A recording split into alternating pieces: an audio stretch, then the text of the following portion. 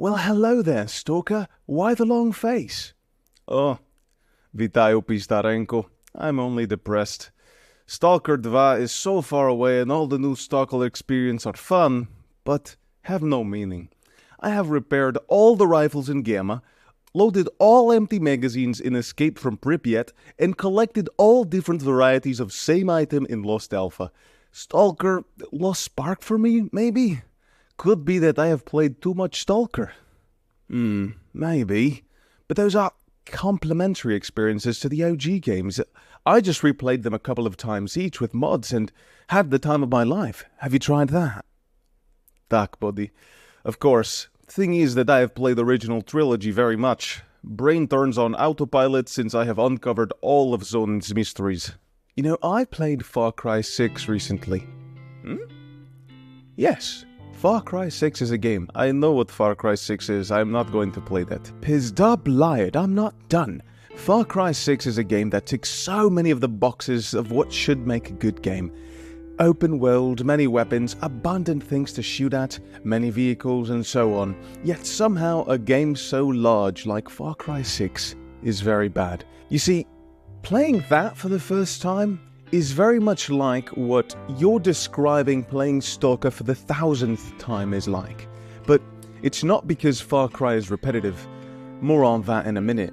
Because Far Cry is not bad because it is poorly made.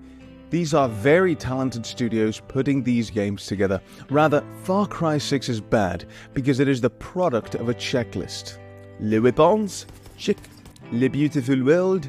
Check. Les half-assed exotic accents that sound fake to native speakers but authentic to everyone else? I like how you reserve one. Check. Les well-acted Hollywood villain? Check. Les ray tracing? Check. Les image upscaling technology? Check. Hooray! You've done it! Game made. But it's bad because just how the developers put this product together from a checklist, so does playing it feel like completing a checklist. Far Cry 6 is bad because it denies the player of the only thing that really sets interactive media apart from the pack, from conventional media, the player's agency. There are no decisions to be made in Far Cry 6 other than which skin, which charm, which gender, and they only give you 2. What the fuck, Ubisoft? The rest of your time in the world is spent listening to characters speaking in half-assed Caribbean Spanish accents while you follow objective markers, mark targets, get hit markers, and follow waypoint markers, mark of supplies from requirements checklist, and with the loot you got from all the loot markers. And you might say, Pizdarenko, you can turn these markers off. Oh, but I did. And herein lies the next of Far Cry 6's problems. The game's world and its characters aren't designed to give you proper feedback. This is because the developers expected you to get your dopamine from all that sick flashy hit marker, or those depleting enemy health bars, or from these tasks on the checklist getting struck off. Well, not for this ADHD dopamine deprived fool. I need real feedback from the game. Real destruction physics, real ballistics, real bullet impacts, real ragdoll physics and animations and so on. Because if not, your world is bland. And if I turn all these dopamine activators on, then your game turns into an overly done product that is as terribly unenjoyable as extra well done steak.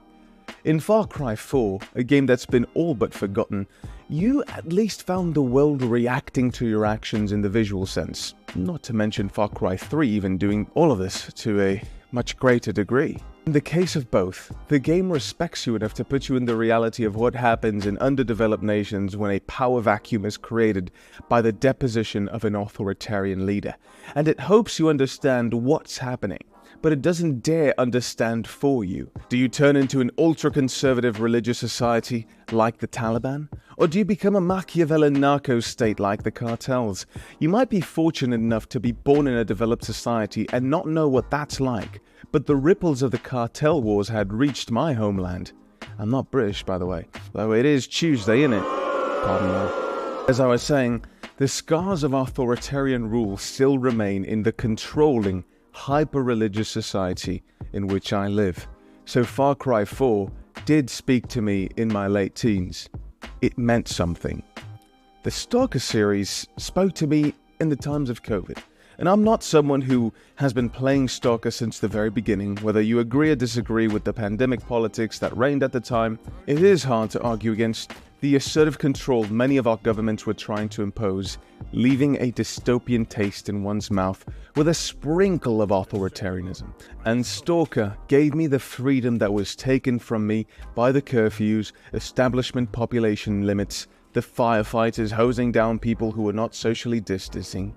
Yes, the arse mayor of my city imposed that. I told you I live in an underdeveloped country. That is the result of His Majesty's government. While many love the zone for passing the Doomer vibe check and looking sad, yeah, I get it. This environment can definitely absorb you. Or even because some people have a fascination with Soviet stuff. And yeah, I get it. I dig hind helicopters. Hell, I haven't touched one. Don't ask about the double mask. I also like AKs, sure, but I love the zone because it represents the power of freedom. And with great power comes a great duty to find oneself. One can only truly know themselves in complete freedom. And at the end of the playthrough, the zone shows you who you truly are with the ending you truly deserve. It's one of the things that makes Stalker memorable. You get the ending you've earned or deserve, but the beautiful thing is that you're not even aware that your every action is building up to that moment. I am fully convinced that Stalker playthroughs can be used as a substitute for personality tests for psychologists. And speaking of psychology, I've been going to therapy recently in an effort to control my impulsive spending and address my time management skills, which are comparable to those of a pseudo-giant. But one of the things I've learned that translates to game design is that we often develop our behaviors to compensate for, but not solve our shortcomings. For example, because I am bad at managing my time, I'm often very self-critical. I mostly don't act upon said criticism, but as far as the appearance of the issue goes, this somehow makes me seem less irresponsible to people. Just how Ubisoft masks how bad their games worlds are at connecting with the player with very involved, dopamine-injecting UI systems and liberal trinket collecting and microtransactions. I don't believe the satisfaction you get from collecting charms is genuine, but you are getting satisfaction after all, unless you hate them. But Stalker does things completely differently. Stalker does not shy about its insecurities. There's no secret that the first two games had their fair share of native bugs, something that Call of Pripyat, to my knowledge, has done a much better job at, and the developers finally managed to hone in a gameplay formula that does not interfere with the player. Shoot those fools all the way over there? Why not? Explore an area for valuable material and documents before the game even considers guiding you there? Nothing here is going to stop you, mate. Well, except the world itself. A world that responds to you with proper feedback, real lighting, real destruction physics, real ballistics and bullet impacts, real ragdoll physics, characters, relations, wildlife, life cycles, and animations and so on. Because of that, the world is rich. Is indeed rich. I'm not dead yet. Forgive that. But that's the point. The world is decoupled from the player, from you. You are not at its center, and the developers respect your intellect enough to know that you can figure out your way through this world they've created. I've previously touched on the concept of allocentric game design versus egocentric game design. Most linear games are like a ride at an amusement park. Think Call of Duty. You're on rails through the excitement and thrills, and when the ride ends, you can bugger off in the multiplayer. Most open world games are like navigating a well-structured city with a GPS. The things you do and the places you go happen in relation to you. Even masterpieces like The Witcher and Red Dead Redemption are designed this way. That's why when you go to a shop at midnight, they'll still serve you. So it's not necessarily a bad thing, even though they do that in Stalker too. But the zone has different rules, so I'm allowing this one. As I was saying, it's not necessarily a bad thing, but it does mean that there's a level of routine and predictability that makes these game systems work, but also make their formulas evidently visible in the gameplay. Your choices do matter, but they're too easy to make, mate. That doesn't stop them from being impactful, though. You know, you and me, we're more ghosts than people. But them, they could... I know. Of course I will. Thank you, Arthur. However, Stalker is like being thrown into a wilderness with an analog map and compass where the only way you can navigate is by considering the world first and then your relation to it. You get the feeling that you don't play as the main character for the Stalker games. Small spoiler, skip to the timestamp if you don't want it. Alright, they're gone. Good. In Shadow of Chernobyl, by the time you realize you're S.T.A.L.K.E.R, you've already started the final act of the game, and arguably, it's only with a couple of particular endings and probably only in Call of Pripyat that you realize that the Stalker trilogy is about S.T.A.L.K.E.R, and you don't play as him in that game. Sure, part of the price you pay is that there's little to no fondness for the character you play as, to the same degree that there is in the two games I mentioned earlier. But what there always is an element of unpredictability and... surprise!